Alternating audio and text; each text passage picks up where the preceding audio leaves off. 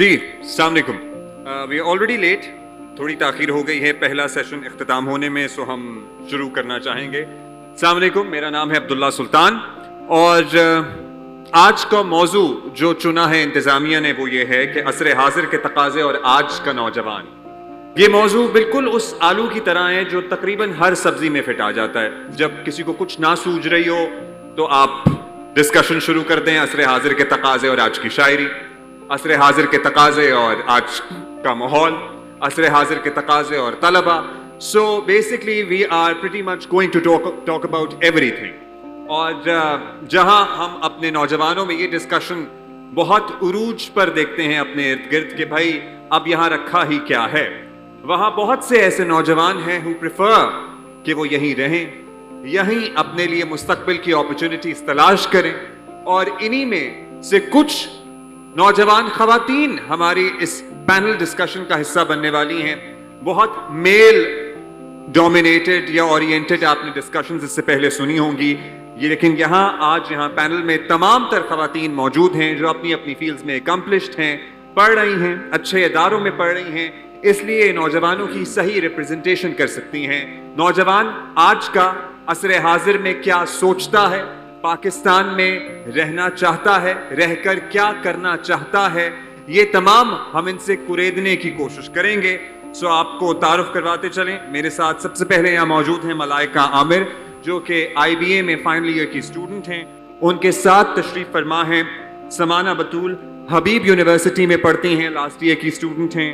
ان کے ساتھ ہیں زرناب بلوچ, یہ فائن آرٹس کی اسٹوڈنٹ ہیں, تعلق ہے بہت زبردست, ان میں فن موجود ہیں مختلف فائن آرٹس ریلیٹڈ فیلڈ سے متعلق. اور ساتھ ہی امرتا دیوی ہمارے ساتھ موجود ہیں جو پیانسٹ ہیں, میوزیشین ہیں, آرٹس کونسل سے گریجویٹ ہیں اور آج کل بچوں کو میوزک بھی سکھاتی ہیں.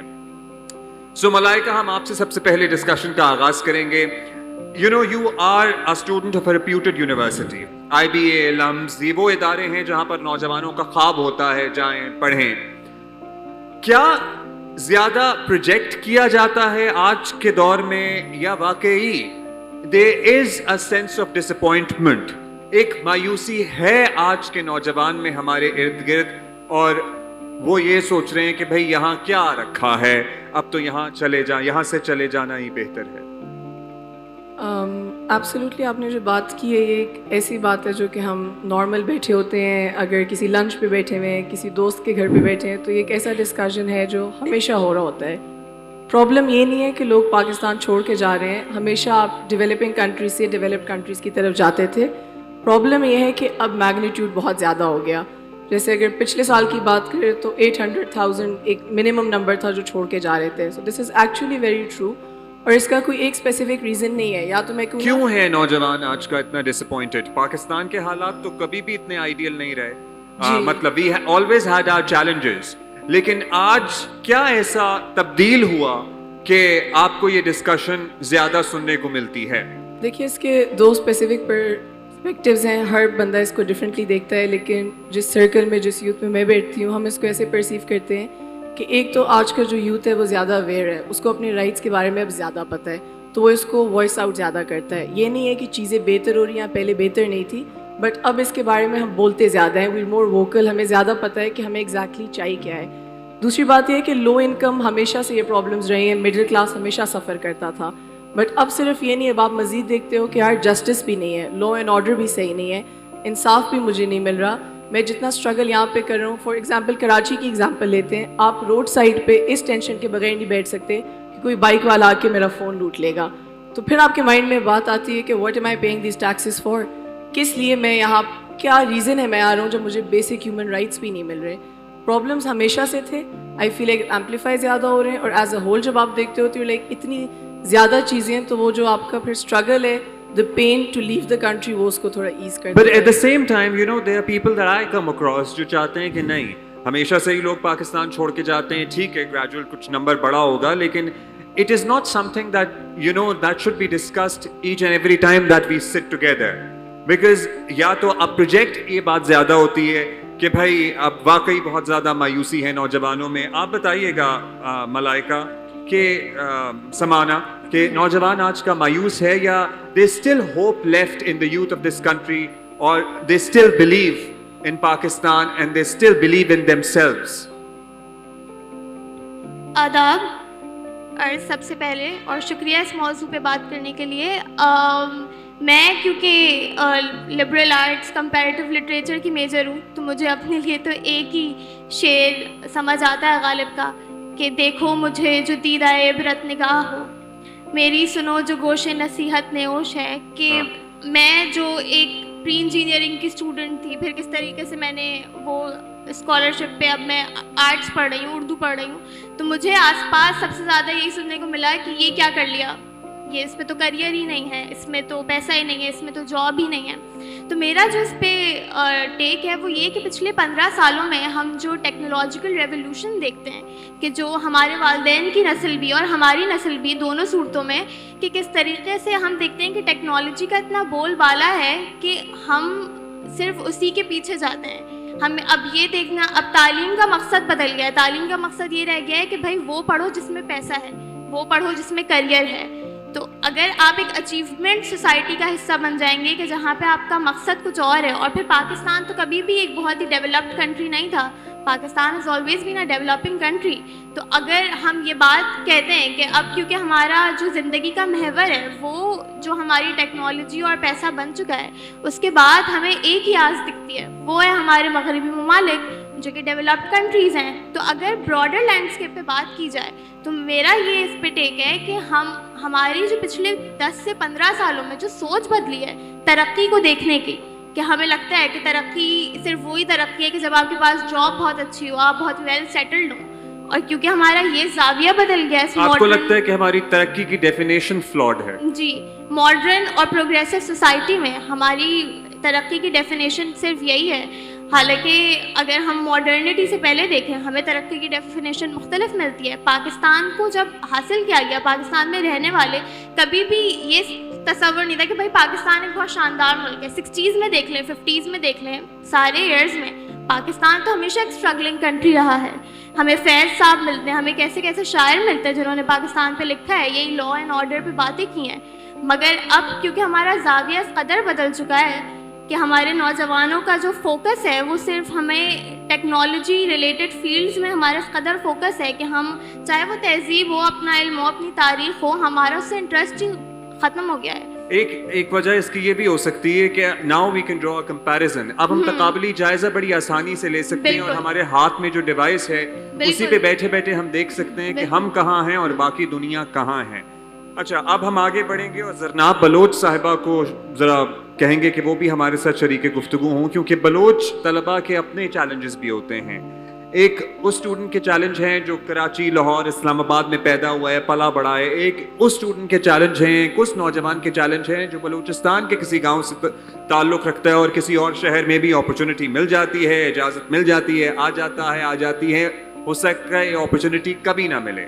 سو آپ اپنے ارد گرد جب بلوچ نوجوانوں سے ملاقات کرتی ہیں, بات کرتی ہیں, مطمئن ہیں وہ دیکھیے بہت سے چیلنجز ہوں گے, لیکن what are they thinking, ان کا تھاٹ پروسیس کیا ہے اپنے مستقبل کو لے کر؟ میرے خیال سے ان میں بالکل ہوپ لیس ہیں, کیونکہ اس کا سب سے مین ریزن یہ ہے کہ ان ایمپلائمنٹ کافی ہو گیا ہے پاکستان میں, تو ان کے پاس کوئی آپشن نہیں رہتا. اور پولیٹیکل کرائسس, پولیٹیکل سسٹم اتنا گر گیا ہے کہ جو پیٹریوٹزم تھوڑی بہت بچ گئی ہے وہ بھی ختم ہوتی جا رہی ہے لوگوں میں. تو میرے خیال سے یہی ریزن ہے کہ لیک آف جاب اپارچونیٹیز اور lack of self esteem, low self esteem بہت زیادہ ہو گیا ہے آج کے یوتھ میں, کیونکہ ان کو وہ موٹیویشن نہیں مل پا رہی کہ وہ اپارچونیٹیز کو اچیو کریں. آپ کو کیا لگتا ہے when you go for an interview, آپ کو اپرچونیٹیز آرام سے حاصل ہوتی ہیں یا دے آر چیلنجز جو مے بی کسی اور کو فیس نہ کرنے پڑیں لیکن آپ کو فیس کرنے پڑتے ہیں؟ الحمدللہ مجھے ایسی کوئی پرابلم فیس کرنے کا موقع نہیں ملا, کیونکہ میرے کافی سپورٹیو انوائرمنٹ ہے میرے پاس. لیکن باقی لوگ کو آئی تھنک جو جن کا یہ سپورٹ سسٹم نہیں ہے ان کو کافی پرابلمس فیس کرنی پڑتی ہیں, کیونکہ ریکمنڈیشنز کافی آج کل ہو گئے ہیں کہ آپ کسی اگر کوئی آپ کو ریکمینڈ کر رہا ہے دین وہ آپ کو موقع دیں گے آگے بڑھنے کا.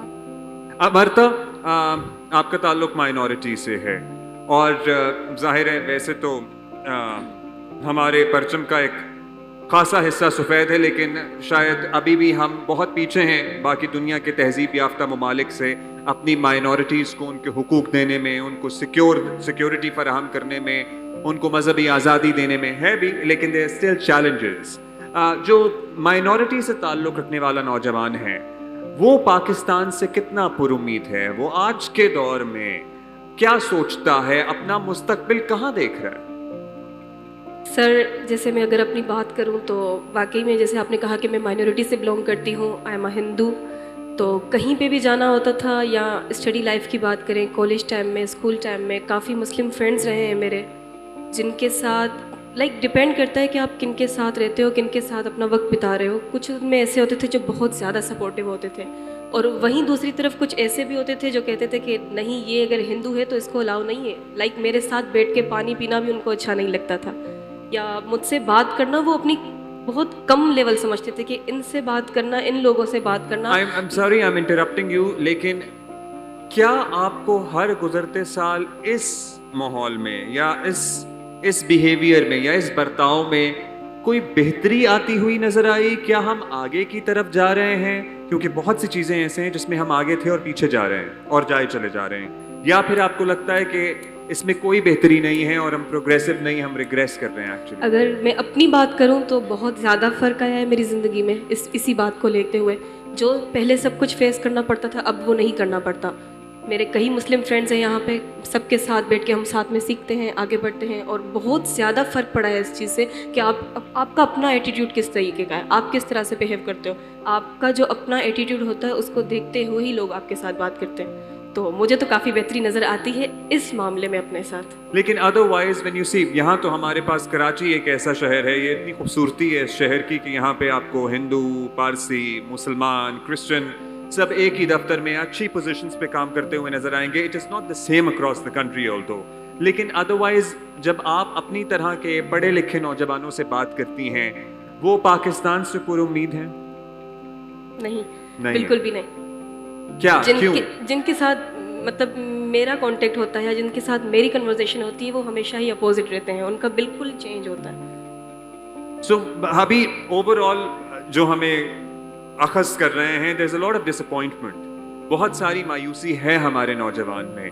اس مایوسی کے ملٹیپل فیکٹرز ہیں، کوئی خاص فیکٹر ہے اس پہ بھی ہم ڈسکشن کریں گے. لیکن ابھی ملائکہ آپ سے پوچھنا چاہوں گا کہ آپ بات کر رہی تھیں آج کا نوجوان زیادہ اویئر ہے، زیادہ پولیٹیکلی اویکنڈ بھی ہے، اس میں سیاسی شعور کہتے ہیں جی بہت زیادہ ہے. لیکن سیاسی شعور زیادہ ہونے کے ساتھ ساتھ although that is also debatable، لیکن ہم نے دیکھا کہ جہاں سیاسی شعور زیادہ ہے وہاں گالم گلوچ بھی زیادہ ہے، وہاں ٹرولنگ بھی زیادہ ہے، وہاں منطق کم ہے، گالی پہلے ہے، وہاں فیک نیوز اور پروپیگنڈا بھی بہت زیادہ ہے، وہاں یہ جانتے بوجھتے ہوئے کہ یہ جھوٹی خبر ہے اس کو پھیلانے کے نت نئے طریقے ڈھونڈنا بھی بہت عام ہے.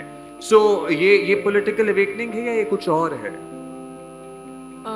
دیکھیے وہی ہے کہ everything has its pros and cons. جیسے آج کا یوتھ میں کہتی ہوں کہ زیادہ اویئر ہے، ایٹ دا سیم ٹائم وہ اس چیز کو مس یوز بھی کر رہا ہے کہ social media is a blessing, at the same time it's a disguise, کہ جو چاہ رہے ہیں وہ اس کو اچھے طریقے سے یوز کر رہے ہیں لیکن میسز اس کو نیگیٹیولی کر رہے ہیں. جیسے اگر میں آپ کے ٹرولنگ کے ایسپیکٹ کو پک کروں، دس از سم تھنگ جس میں بہت actually we've been a part. تو اس کے لیے مین چیز یہ ہے کہ ہم انسان کو انسان سمجھتے ہی نہیں ہیں، اور یہ ہماری ایک ہیومن نیچر ہے کہ سب سے پہلے ہم فالٹ نکالتے ہیں، پہلے ہم صورت میں نکالتے ہیں، اگر اس میں نہیں نکلتی پھر ہم سیرت کی طرف جاتے ہیں.